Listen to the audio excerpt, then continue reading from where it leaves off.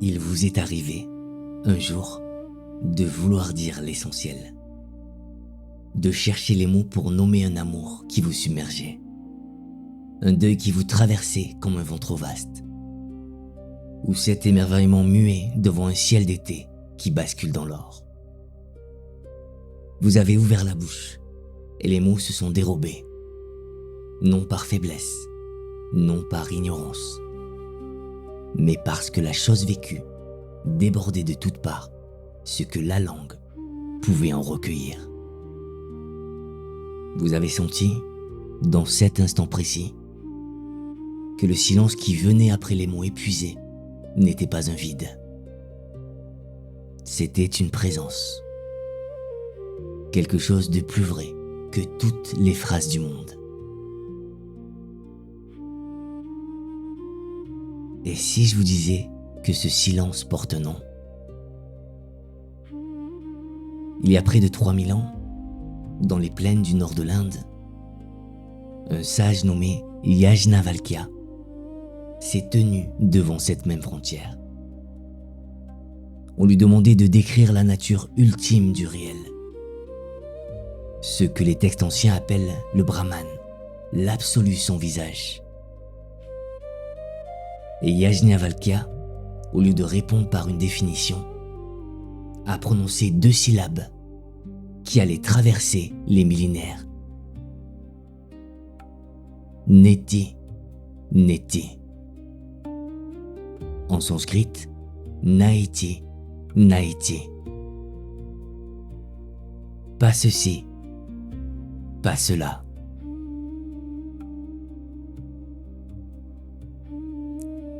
Pas ceci, pas cela. Ni cette forme, ni cette idée, ni ce nom, ni cette image. La réalité ultime n'est rien de ce que vous pouvez en dire, car elle excède tout ce que le langage peut contenir. Ce dialogue se trouve dans la Brihadaranyaka Upanishad, l'une des plus anciennes écritures spirituelles de l'humanité. Et les mots de Yajnavalkya résonnent encore avec une fraîcheur intacte. L'Atman ne peut être décrit que par neti, neti. Ni ceci, ni cela. Il est insaisissable, car il ne peut être saisi. Indestructible, car il ne peut être détruit. Sans attache, car rien ne s'attache à lui. Il est libre, il ne souffre pas, il ne peut être blessé.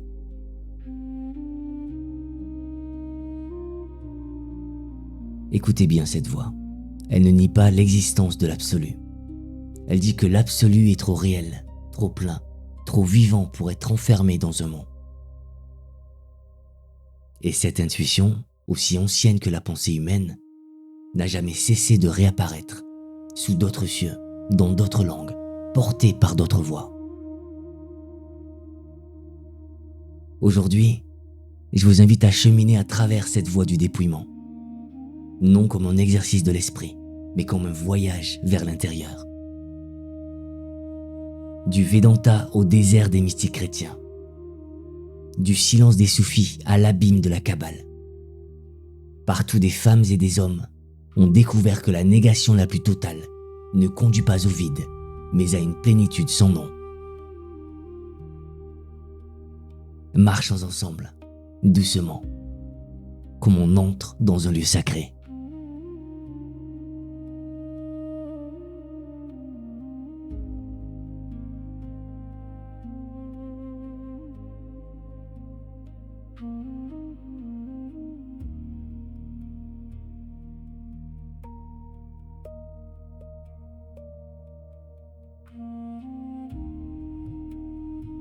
Pour comprendre ce que Yajnavalkya a voulu transmettre, il faut d'abord sentir la question qui le portait.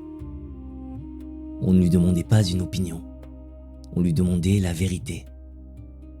Et la vérité, dans la tradition des Upanishads, n'est pas une idée que l'on formule. C'est une réalité que l'on dévoile, couche après couche, comme on retire les voiles d'un visage que l'on pressent sans jamais l'avoir vu. La pensée indienne distingue deux façons de parler de l'absolu. Le Brahman Saguna, le Brahman avec attribut, celui que la dévotion peut nommer, prier, aimer sous une forme. Le Dieu personnel, le Seigneur des créatures, la lumière du monde.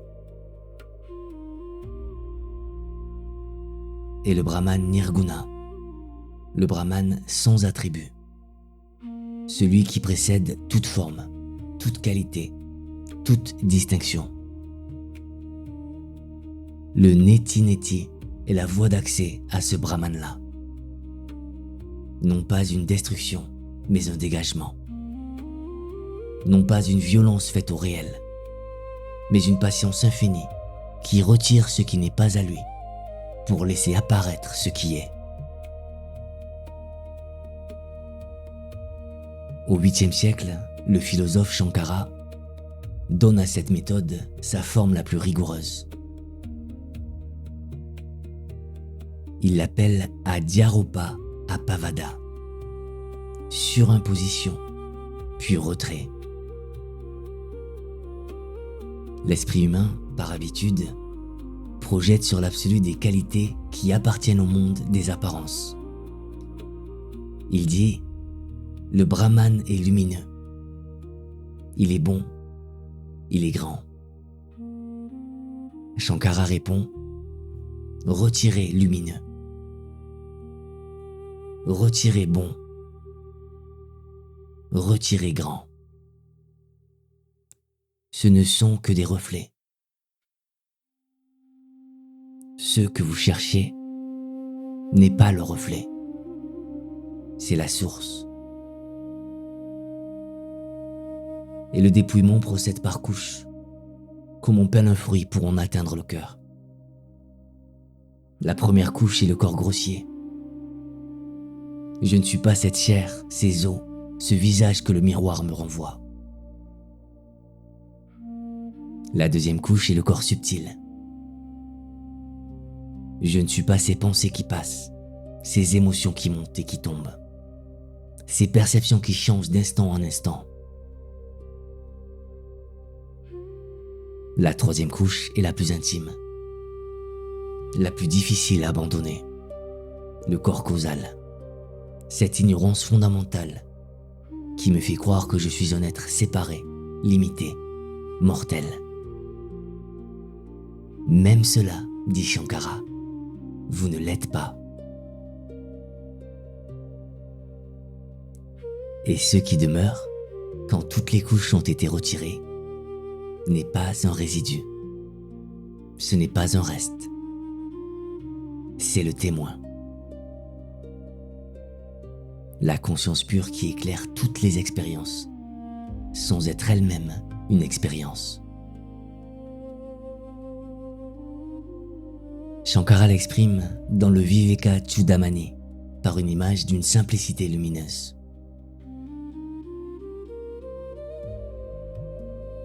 Quand se dissout tout ce qui a été surimposé sur le Brahman par l'ignorance, ce qui demeure est le Brahman lui-même, pur, sans second, tel l'espace sans limite, une fois brisé la char qui semblait le contenir.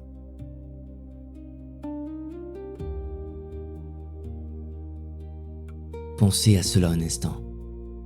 L'espace à l'intérieur de la jarre et l'espace à l'extérieur de la jarre ont toujours été le même espace. La jarre n'a rien créé. Elle a seulement donné l'illusion d'une séparation. Et quand elle se brise, rien ne se perd. Tout se retrouve.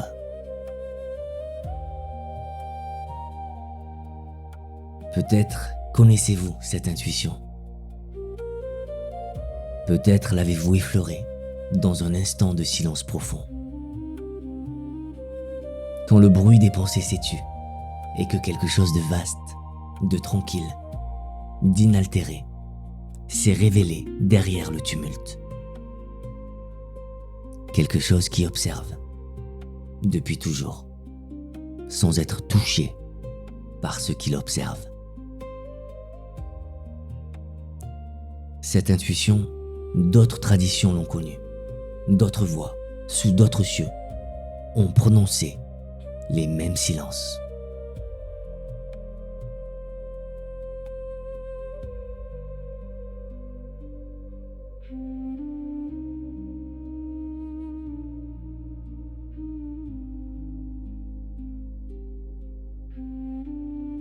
Au 5e siècle de notre ère, un auteur mystérieux que l'histoire connaît sous le nom de Pseudo-Denis l'Aréopagite écrit un texte bref et fulgurant. La théologie mystique. En quelques pages, il accomplit pour la tradition chrétienne ce que Yajnavalkya a accompli pour la tradition védantique. Il nie tout. Dieu n'est ni âme, ni intellect, ni imagination, ni opinion, ni raison, ni science. Il n'est ni ténèbres, ni lumière, ni erreur, ni vérité. Et voici ces mots, au sommet de cette ascension par le dénuement. Cause de toute chose, il n'est aucune d'entre elles. De lui, on ne peut absolument rien affirmer, ni rien nier. Entendez-vous la radicalité de ce geste? On ne peut rien en affirmer, cela se comprend. Mais on ne peut rien en nier non plus. Car la négation elle-même est encore un concept. Encore un mot. Encore une tentative de saisir ce qui échappe à toute prise. La négation suprême, chez Denis, nie la négation elle-même. Dieu est au-delà du ni ceci ni cela. Il est au-delà du au-delà.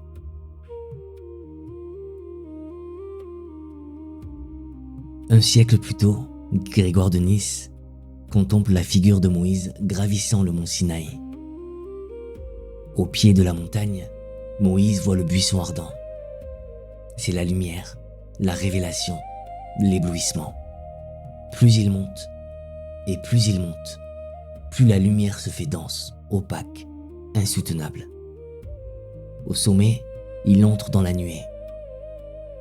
Non pas l'obscurité de celui qui ne sait rien, mais la ténèbre de celui qui se tient si près de la source que ses yeux ne peuvent plus la contenir. Grégoire écrit : l'esprit doit aller au-delà de toute connaissance, au-delà de toute ignorance, au-delà de tout non-savoir. Car Dieu est au-delà de tout ce que l'esprit peut atteindre. Et c'est dans cette ténèbre qu'il brille le plus.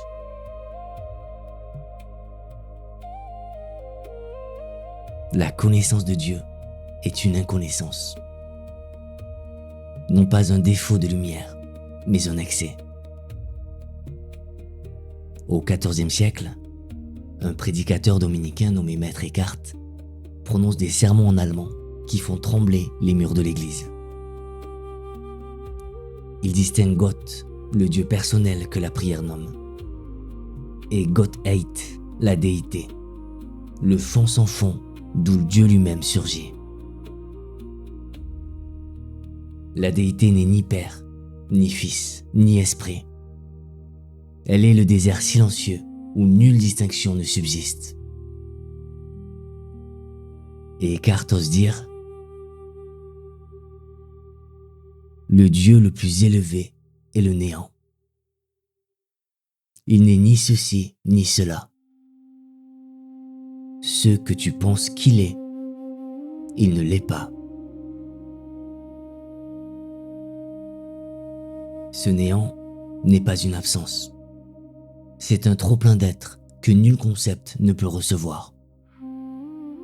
C'est le Nirguna des Upanishads, dit dans la langue des cathédrales. Et l'écho ne s'arrête pas aux frontières du christianisme. Dans le soufisme, Ibn Arabi au XIIe siècle tient en tension deux mouvements du cœur. Le tanzih, qui est la transcendance absolue, le geste de retirer à Dieu tout attribut, et le tashbih, qui est l'immanence, le geste de le retrouver en toute chose. Dire de Dieu qu'il est seulement transcendant, c'est déjà le limiter.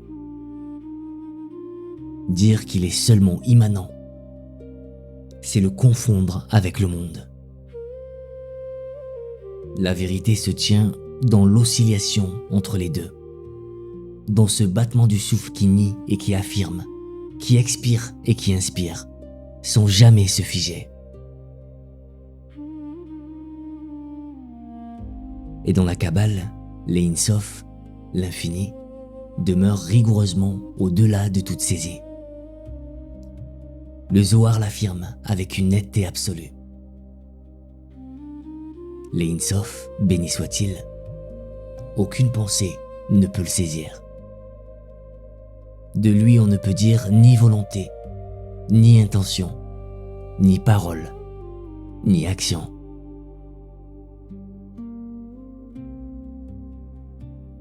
Il précède les 10 séphirotes, il précède la lumière, il précède même le désir de créer.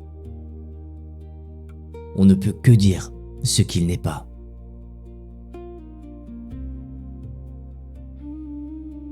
Voyez-vous le fil qui relie ces voix?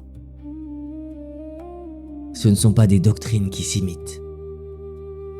Ce sont des expériences qui se reconnaissent. À travers les siècles et les civilisations, des femmes et des hommes ont touché un même seuil. Celui où le langage doit consentir à s'effacer. Et ils se sont retrouvés, chacun dans sa langue, à balbutier les mêmes silences.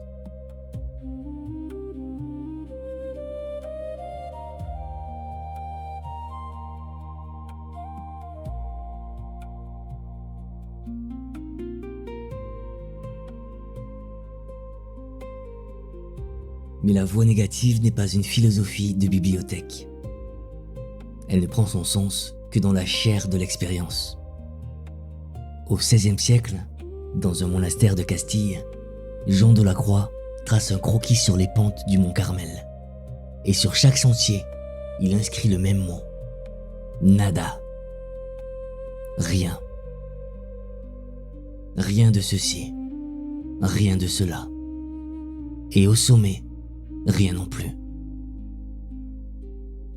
C'est le Neti carmélitain. Et Jean écrit, dans la montée du Carmel, pour arriver à ce que tu ne sais pas, il te faut aller par où tu ne sais pas.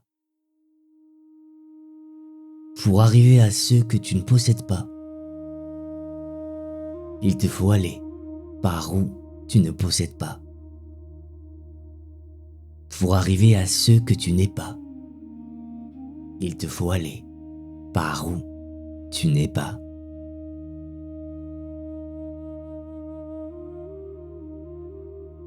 Le chemin vers l'inconnu passe par l'abandon de tout le connu. Et ce nada n'est pas un désespoir. C'est un todo, un tout. La nuit obscure n'est pas une punition, mais l'opération par laquelle l'absolu dépouille l'âme de ses appuis pour l'unir à lui dans la nudité de la foi. Au XXe siècle, dans le sud de l'Inde, Ramana Maharshi redonne au Neti sa forme la plus dépouillée. Une seule question. Qui suis-je? Non pas une interrogation appelant une réponse, mais un feu qui brûle les fausses identifications, une à une. Je ne suis pas ce corps. Je ne suis pas ces émotions. Je ne suis pas cette histoire que je me raconte. Et Ramana dit, votre nature véritable est celle du soi infini. Vous n'êtes pas le corps, vous n'êtes pas le mental. Le soi est ce qui demeure quand il n'y a plus rien à rejeter.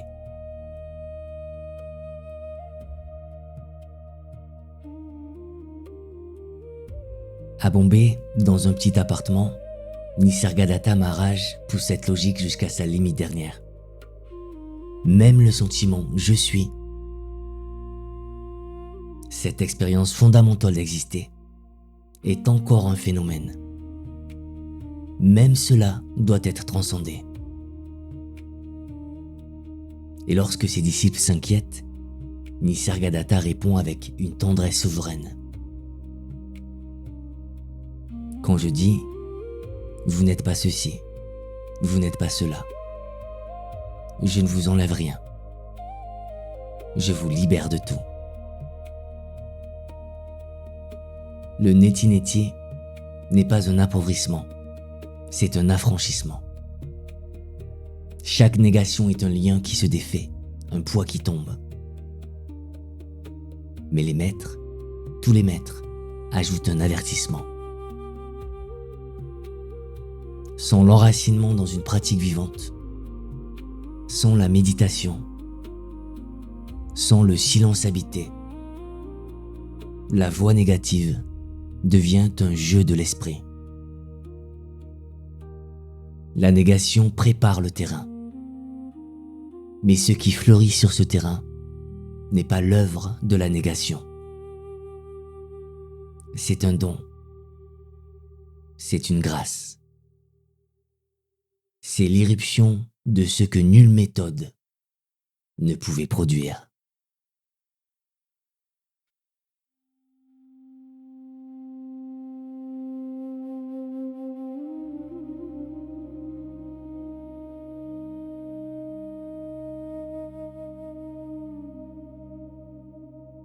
Et nous voici au seuil du paradoxe. Le paradoxe que toutes ces voix, à travers les âges, ont rencontré et que nulle d'entre elles n'a pu résoudre, parce qu'il n'est pas fait pour être résolu. Il est fait pour être habité. La négation totale n'aboutit pas au néant, elle aboutit à la plénitude.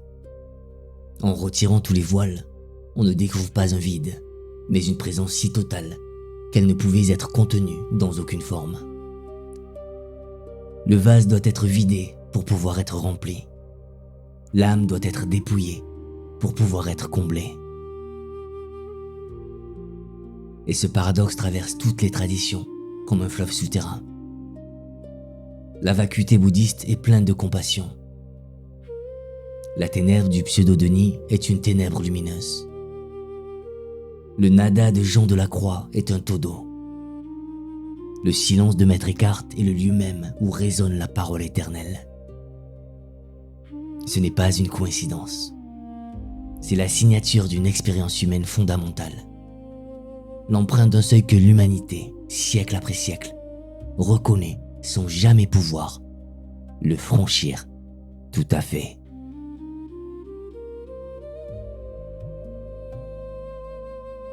Le neti-neti est, en définitive, moins une doctrine qu'une praxis du silence, une pédagogie de l'effacement.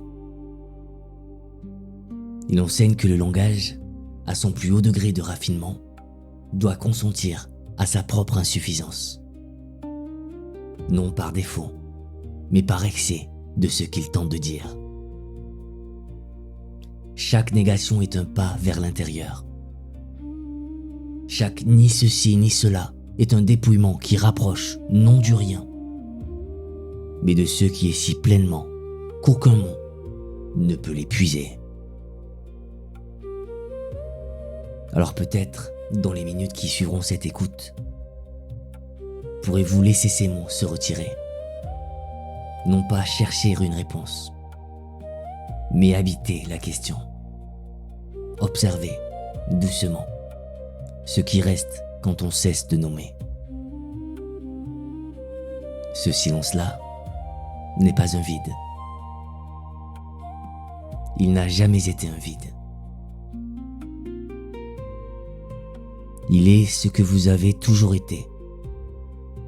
Avant les mots, avant les noms, avant les histoires. Il est le lieu où vous êtes, depuis toujours, entier.